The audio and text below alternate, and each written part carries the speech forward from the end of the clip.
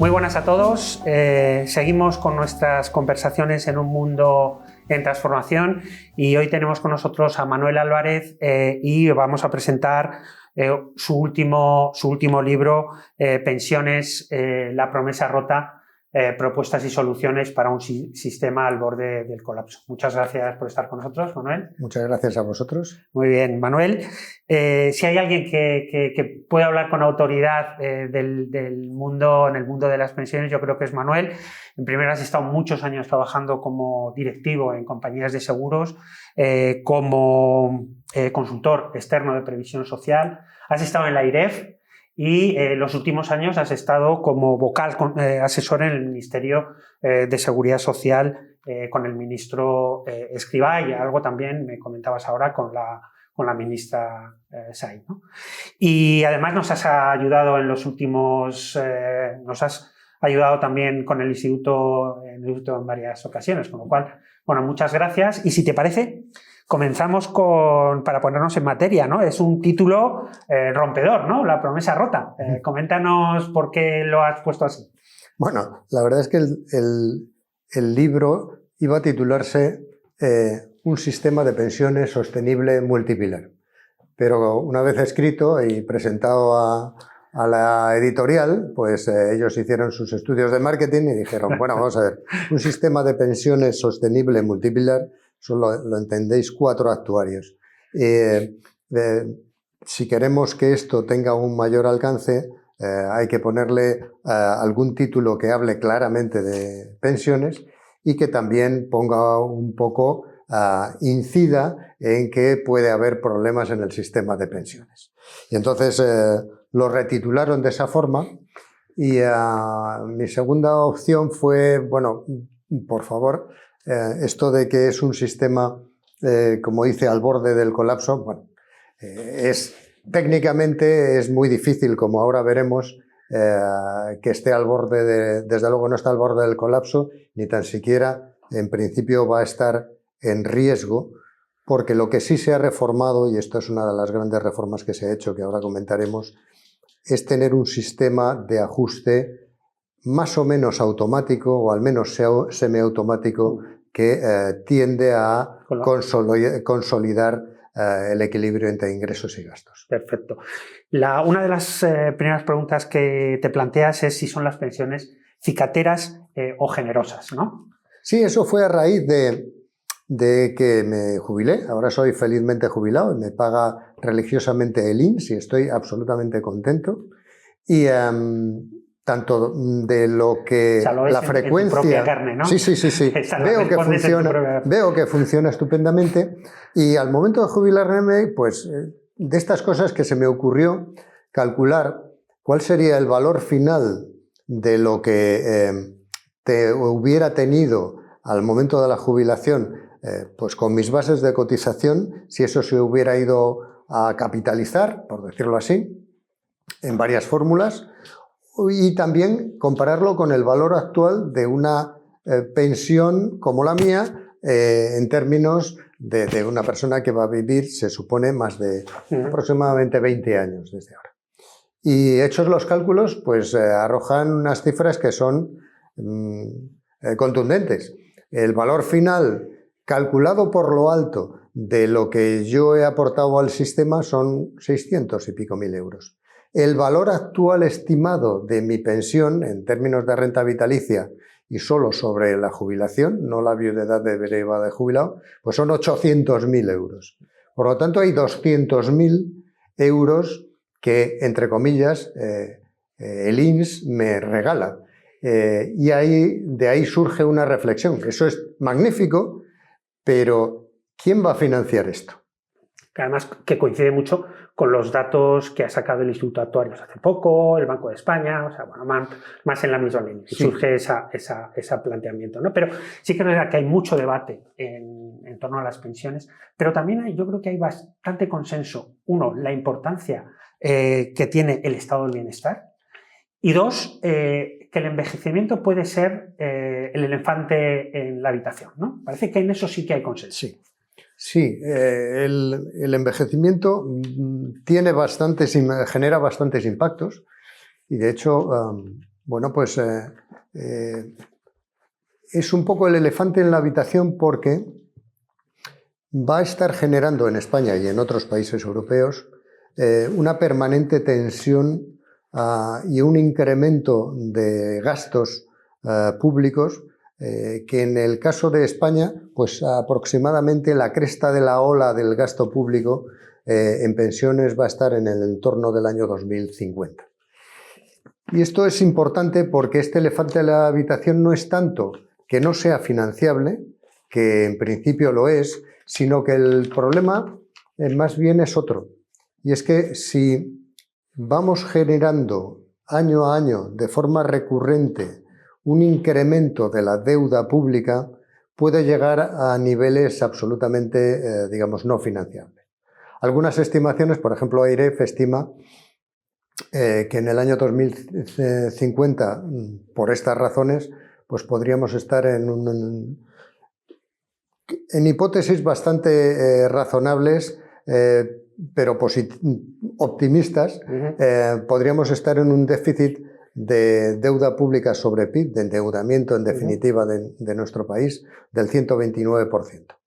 Y agravado más allá del 2050, pues hay algunas estimaciones que lo llevan al 170, al 180%. En el 2070, efectivamente. En el 2070. Evidentemente, en esos niveles, incluso en el del 129, eso por ciento en el año 2050, eso va a generar tensiones muy fuertes sobre la deuda pública. No nos olvidemos que el club del euro donde estamos tiene países, el principal es Alemania, y que los niveles de endeudamiento de Alemania históricamente han sido mucho más bajos y presumiblemente no alcanzarán nunca niveles como los que tenemos ahora.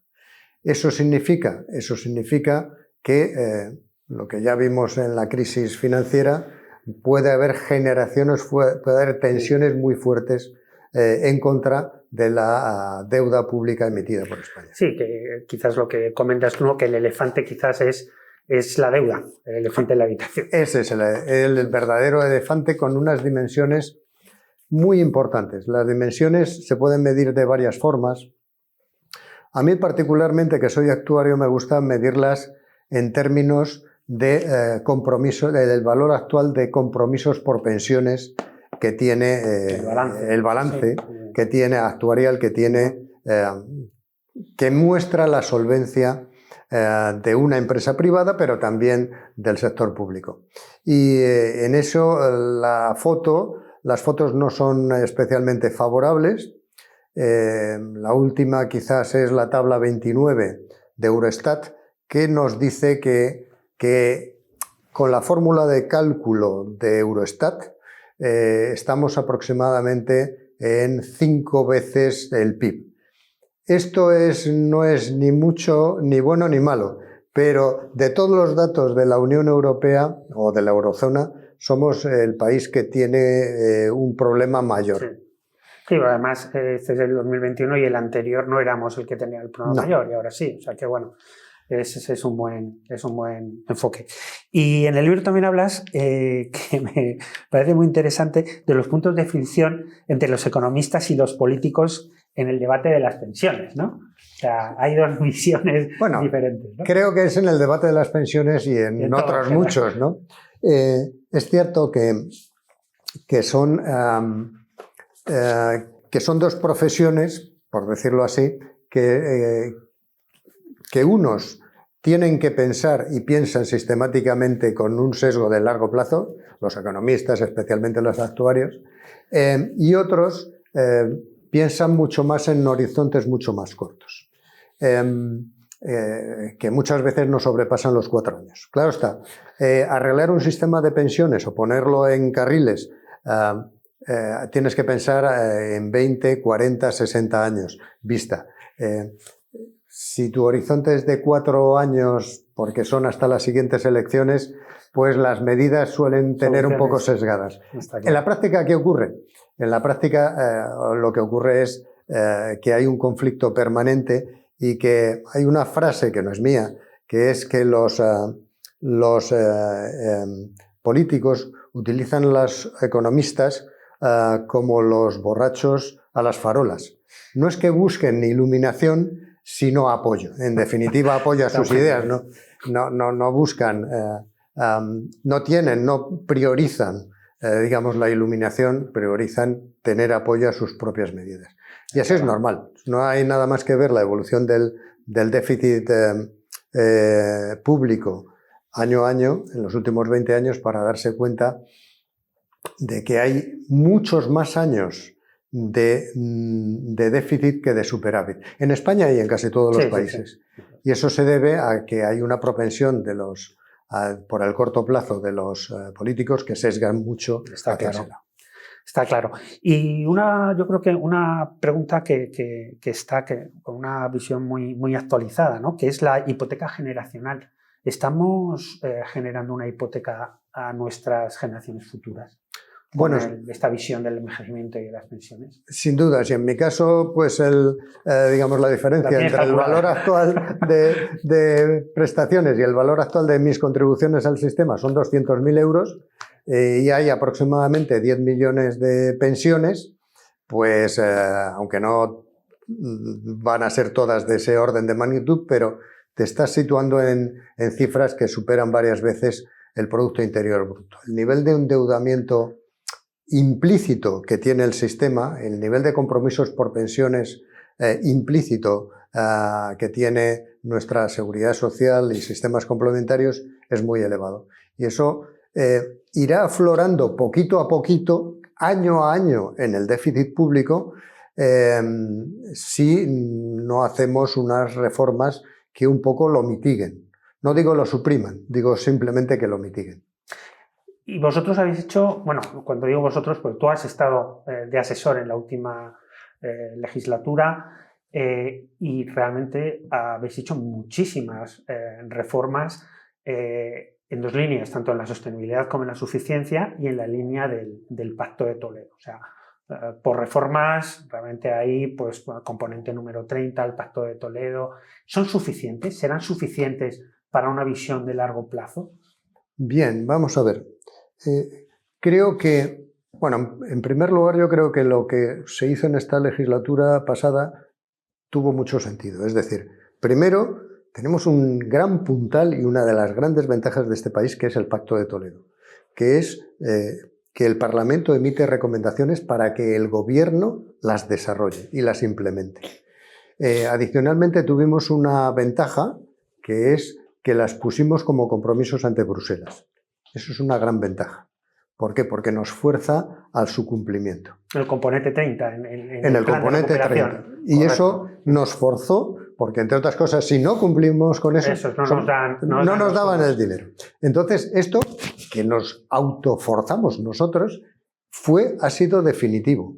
Ha sido definitivo para el cumplimiento. Faltan, pues sí, faltan algunas. Quedan algunas de las cuales yo destacaría, uno, creo que hay que profundizar más en el primer pilar, en desarrollar una agencia de seguridad social. Es un tema más bien de gobernanza institucional, pero eso yo creo que es muy importante. Y en segundo lugar, parte de eso es transparencia. Yo creo que, por ejemplo, calcular anualmente los compromisos por pensiones en términos de valores actuales y ese balance actual y reportarlo al Parlamento sería muy importante. Creo que tenemos buenas piezas para lograrlo. El papel de AIREF y ahí lo hablo creo que con detalle, es muy importante, porque es quien da la solvencia técnica a lo que dice, a las medidas que en su caso va tomando el Gobierno. Pero nos queda mucho en el primer pilar en esto. En el segundo pilar todavía nos queda dar unos cuantos pasos más hasta extender la previsión social. Y en el tercer pilar, una asignatura pendiente que es la reforma fiscal, claro, que por cierto se comprometió ante Bruselas, y hay que hacer una reforma fiscal profunda que también pasa por el tercer pilar. Sí, porque efectivamente ha habido muchas reformas, pero hace unas semanas, el AIREF ha sacado una opinión sobre la sostenibilidad a largo plazo, la sostenibilidad de la deuda más a largo plazo, y efectivamente sí que constata las presiones al alza de la deuda, lo que comentábamos anteriormente, aún después de todas las reformas, Y tú hablas también en el libro los objetivos del plan fiscal y estructural, que también hay que tener en cuenta que nos van a exigir desde Bruselas a medio y a corto plazo pues que pongamos unas restricciones fiscales, ¿no? Entonces, ha habido muchas reformas, pero aún así todavía vemos la situación está a medio y a largo plazo como tensa, ¿no? Bueno, está tensa porque hay restricciones que las tenemos que cumplir, justamente por eso, porque estamos en el club del euro y Bruselas pues, nos dice, oye, nos ha dicho a España, tenéis que tener planes de estabilidad fiscal a medio plazo que después tienen que ir concatenados y serán en el largo plazo. Y claro está, teniendo en cuenta que más o menos 1 de cada 3 euros del gasto público va en pensiones, pues, y las pensiones tienen su propia dinámica creciente, digamos, hay que hacer muchos ajustes, muchos números, y casi es la cuadratura del círculo para que, digamos, tengamos que, haciendo las reformas necesarias, pues de aquí a 20 años mantener un sistema de pensiones público robusto. Y yo creo que una parte que a mí me parece súper relevante es, ya nos has comentado algo, pero que en el libro hablas de soluciones, ¿no? De qué soluciones se pueden implantar, y tú hablas del concepto multipilar, ¿no? Y hablas de los 3 pilares. El primero, bueno, ya nos has adelantado algo, gobernanza, transparencia, ¿no? Conceptos actuariales también, el enfoque actuarial, que es un poco el cuaderno 21 que solo ve la parte de la deuda pero no ve la parte de los activos, ¿no? O sea, sería un poco... Correcto. Yo creo que ahí se puede hacer mucho, y además la buena noticia es que es barato. Quiero decir, eso no nos va a costar 1.000 millones ni 100. Transparencia.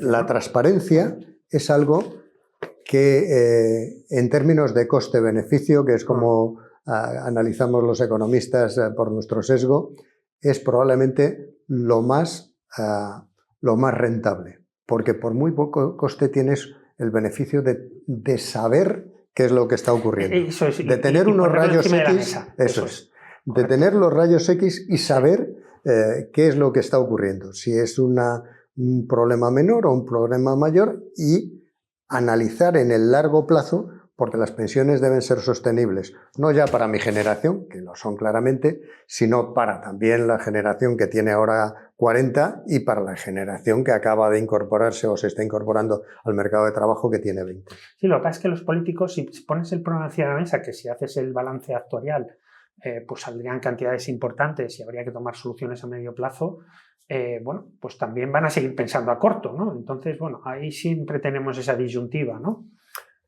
Sí, aunque yo soy optimista y realista en 2 términos, en 2 conceptos. El primero, estos conceptos de tener un balance actuarial no es nada que nos inventemos, ¿vale? Esto ya está bastante inventado y se practica en muchos países. Uno, Bruselas lo ve favorablemente, no lo va a valorar desfavorablemente en ningún caso. Y básicamente porque eso orienta las políticas sociales para que sean sostenibles a largo plazo. Y en tercer lugar, el Pacto de Toledo, que no olvidemos que es de un amplio espectro parlamentario, sí que puede jugar un papel crucial a la hora de enmarcar esto y establecer estas recomendaciones en ese sentido. Muy bien. Segundo pilar, planes de empleo. O sea, ¿qué se puede hacer y cómo valoras lo que se ha hecho? O sea, lo que se ha hecho, sobre todo los resultados hasta ahora, ¿no? Yo creo que ya llevamos 2 años y medio que se puede valorar ya. Sí, vamos a ver. En la pasada legislatura nuestra idea era muy clara. O sea, podíamos hacer cosas muy prolijas, pero lo que queríamos eran cosas muy sencillas. Objetivos claros y medibles, como se utilizan en las empresas privadas y en general, digamos, en cualquier lugar donde uno quiera alcanzar unos objetivos. Había en la práctica para medir 3 objetivos. El primero era generalización de los planes de pensiones de las administraciones públicas y en particular de las administraciones locales, que son las que tienen menos planes de pensiones abiertos. En este sentido... seguimos pinchando el hueso ahí, sí, ¿no? No se ha reactivado. No se ha reactivado, a pesar de que claramente teníamos mucho interés y mucho énfasis en que se reactivara, pero es un tema que también tiene vertientes presupuestarias y que yo creo que hay que afrontar como se afrontó en el año 2004. Eso es. Nuestras soluciones no eran muy innovadoras, era lo que se hizo en los presupuestos generales del 2004, volver a aplicarlo ahora y seguro que tendría buen resultado, como tuvo ya hace más de 20 años. En segundo lugar, autónomos. Queríamos que los autónomos extiendan y tengan, con ventajas fiscales, planes de pensiones de tipo empleo, donde puedan a ellos aportar. ¿Por qué? Porque, entre otras cosas, la pensión media de los autónomos ahora es un 40% más baja que la del régimen general de la Seguridad Social. Claro. O sea que tenía su sentido. Y ahí sí ha funcionado. Y ahí ha empezado a funcionar. Ha empezado a funcionar eso. Mi idea hubiera sido que se hubiera expandido bastante más, pero ha empezado a funcionar. Sí, lleva cierta velocidad. Esto es. Va despegando. Más lento de lo que uno hubiera querido, pero va despegando. Y luego los planes sectoriales. Planes sectoriales de empleo que en la negociación colectiva sectorial impulsen a todos los trabajadores y empresas en ese ámbito. Se ha producido un gran avance con el plan de la construcción, que ya está en vigor. Hay otros sectores que han manifestado su interés, pero esto, si no solo la construcción, sino un par de sectores clave de este país más se unen, creo que se podría lograr. Y eso va a ser muy importante si ahora se emprenden algunas cosas. Y ahí mis ideas sobre qué habría que hacer es incorporar la necesidad de negociación de los compromisos por pensiones, de los planes de pensiones, en su caso sectoriales, en los convenios. Eso es modificar el estatuto de los trabajadores. Lo que dices es no la obligatoriedad, sino simplemente la necesidad de negociar. No la necesidad de cerrar. Por establecer un mínimo. Eso es, por establecer un mínimo. Sí. Si se fuera más allá, que habría que ver los límites constitucionales de eso, parece sensato, pero hay que ver los límites constitucionales. Es así de simple. Eso es. Y sin más. Y luego el otro tema que yo creo que hay que revisar en los planes de empleo es, en efecto, digamos, fomentar que las pequeñas y medianas empresas tengan un tratamiento un poco mejor. Muy bien. Y después hablas del tercer pilar ya, que es el ahorro, del ahorro privado, y ahí hablas sobre todo de la parte fiscal, y ahí, claro, es que ahí hablas del informe Letta, el informe Draghi. Incluso ahora la Comisión Europea está fomentando y está intentando lanzar algún tipo de producto o sea, se necesitan recursos y se necesitan fondos para acometer los cambios estructurales, ¿no? Entonces, ahí tenemos que hacer algo también, ¿no? Claro, o sea, pretender que vamos a tener una transformación energética y una transformación digital y que esto lo pueda financiar el propio Estado. El Estado hace y ha hecho mucho por esto, pero los retos son de otro orden de magnitud. Entonces, en todos los países se están apoyando digamos, en una colaboración financiera entre el sector público y el sector privado. Además, ¿qué es lo que ocurre? Que a nivel europeo las situaciones son muy asimétricas. Cuando se lanza ese reto en Holanda es muy sencillo, claro, porque allí tienen una dimensión, o en Dinamarca, porque tienen una dimensión tan inmensamente grande de los fondos de pensiones de empleo que saben que van a entrar los fondos de pensiones sí o sí a jugar a esto, digamos, y por lo tanto a financiar, y serán los colaboradores, los pilares financiadores de la transformación digital. siendo que tienen que ser rentables también, obviamente, para los fondos de pensiones, pero que gozan con una ventaja que aquí no tenemos, porque no hemos dimensionado adecuadamente los fondos de pensiones. Está claro. Oye, yo creo que no hemos tocado todo, hay muchas cosas muy interesantes en el libro, hemos visto algunos puntos. Sí que me gustaría que nos lanzaras una reflexión final de cómo ves tú el mundo de las pensiones públicas, su solución y algo en la línea de que va el libro. Bueno, mi reflexión final no va tanto por las pensiones, sino por las condiciones necesarias para que el sistema de pensiones sea sostenible, el sistema de pensiones público, sea sostenible durante más tiempo y con mayores prestaciones. Para eso, ¿qué tenemos que hacer? Fundamentalmente 3 cosas, que es crecimiento, crecimiento y crecimiento. Crecimiento, a largo plazo los economistas lo sabemos, y sabemos que hay retos que siempre pasan por educación, universidad e investigación. Los países que invierten y que tienen un mejor sistema educativo, que desarrollan e impulsan mejor y financian mejor sus universidades y además la investigación, crecen a largo plazo. El segundo crecimiento, y por lo tanto debemos financiar las pensiones, por supuesto, pero no nos olvidemos que en el largo plazo incluso las pensiones van a depender de lo que seamos capaces por desarrollar un país moderno, con buena educación y con buena investigación. ¿Cuál es el segundo elemento que yo diría del crecimiento? El segundo elemento del crecimiento, y esto está un poco, a veces se pone demasiado en entredicho en los discursos políticos, es somos un país que tiene una grandísima ventaja competitiva en Europa, que es capacidad de traer gente de otros países, atraer talento e incorporarlos fácilmente a nuestro tejido productivo. Sobre todo gente que estamos viendo que viene de Latinoamérica, que es muy fácil incorporarlos al sector productivo.